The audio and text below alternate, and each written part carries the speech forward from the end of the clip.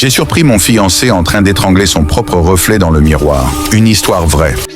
Depuis 6 mois, mon fiancé, Sako Franklin, a interdit tous les miroirs dans notre maison. Il m'a dit que c'était une nouvelle tendance de décoration intérieure qu'il avait vue dans Architectural Digest. Il a remplacé nos beaux miroirs de coiffeuse par des tableaux abstraits. Il a recouvert les portes coulissantes de l'armoire avec du papier peint opaque. Il a même retiré le rétroviseur de sa G-Wagon. Je veux me concentrer sur la beauté intérieure, chérie, a-t-il dit, avec ce sourire charmant qui m'a fait tomber amoureuse de lui. Je pensais qu'il traversait une crise de la quarantaine. Peut-être avait-il peur de vieillir. J'en riais même avec mes amis en leur disant que mon fiancé se comportait comme un drama king. Mais hier soir, mon rire s'est arrêté net. Je me suis réveillé vers 2h45 du matin parce que la climatisation avait cessé de fonctionner. La chaleur était insupportable. Je me suis tourné pour réveiller Franklin, mais son côté du lit était vide. Les draps de son côté étaient pas la même froid. J'ai vu une faible lumière venant de la salle de bain principale. La porte était entrouverte. J'ai pensé qu'il utilisait les toilettes. Mais ensuite, j'ai entendu des bruits. On aurait dit que 2 hommes se battaient. Mon cœur battait très fort. Des voleurs étaient-ils entrés dans la maison? Sako Franklin se battait-il contre un intrus? Je suis sorti du lit à pas de chat en attrapant un lourd vase sur la table. Je me suis approché doucement de la porte de la salle de bain et je l'ai poussé lentement. Ce que j'ai vu a arrêté mon cerveau. Franklin se tenait devant le seul miroir resté dans la maison. Un petit miroir de rasage qu'il avait caché dans le placard. Mais il ne se rasait pas. Il était en train d'être étranglé. Ses mains griffaient sa propre gorge, cherchant de l'air. Mais voici ce qui a failli me faire perdre la tête. Ses mains étaient sur le long de son corps. Les mains qui l'étranglaient sortirent du miroir. À l'intérieur du verre, le reflet de Sako Franklin était furieux. Son visage était déformé par la rage. Ses yeux rouges, ses dents découvertes comme celles d'un animal sauvage. Le reflet avait tendu la main hors du miroir, serrant fermement le cou de mon fiancé. Le Franklin dans la salle de bain, celui avec qui je dors,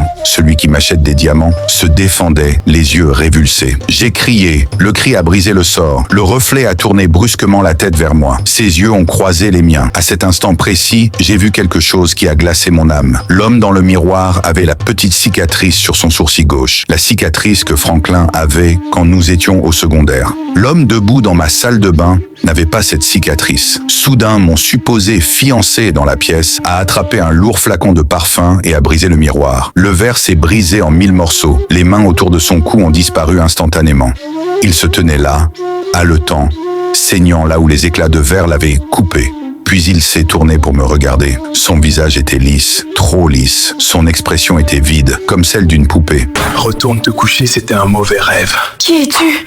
Mon Franklin n'a pas de cicatrice. Qui es-tu? Il a touché son sourcil. Il a souri, mais le sourire n'atteignait pas ses yeux. La cicatrice est un défaut, dit-il, faisant un pas vers moi. Et moi je reculais par derrière. J'ai tout réparé. Tu préfères le vieux Franklin pauvre ou le nouveau Franklin riche? Choisis sagement, ma chérie. J'ai couru. Je me suis enfermé dans la chambre des invités. 4 heures se sont écoulées. Il est devant la porte. Il siffle un air qui sonne comme du verre brisé. Il dit que si je ne sors pas, il va me tuer. J'ai réalisé la vérité assise ici dans le noir. L'homme avec qui je vis est prisonnier des éclats de verre brisés sur le sol de la salle de bain. Et cette chose qui est actuellement en train de faire les 100 pas devant ma porte est le reflet qui lui a volé sa vie. J'ai un marteau à la main. J'ouvre la porte pour l'attaquer ou est-ce que j'essaie de trouver un morceau du miroir pour voir si mon vrai fiancé est toujours là? Je suis là, le marteau à la main, enfermé. Le reflet est dehors, sifflant cet air de verre brisé et il m'a menacé de mort. J'ai compris la vérité assise ici dans le noir. Le reflet frappe à nouveau à la porte. On joue à un jeu, Anne? Mon cœur se serre. Je n'hésite plus. La question n'est plus de savoir si je peux trouver un morceau du miroir pour voir mon vrai Franklin. Il est perdu, détruit. Et en prononçant ce surnom intime, NNNE, le reflet me prouve qu'il ne me laissera jamais tranquille. Je lève le marteau. Le poids froid dans ma main me donne une résolution glaciale. Au lieu d'ouvrir la porte, je frappe le mur, juste à côté du chambranle. Le reflet hurle. Un cri qui n'est pas humain.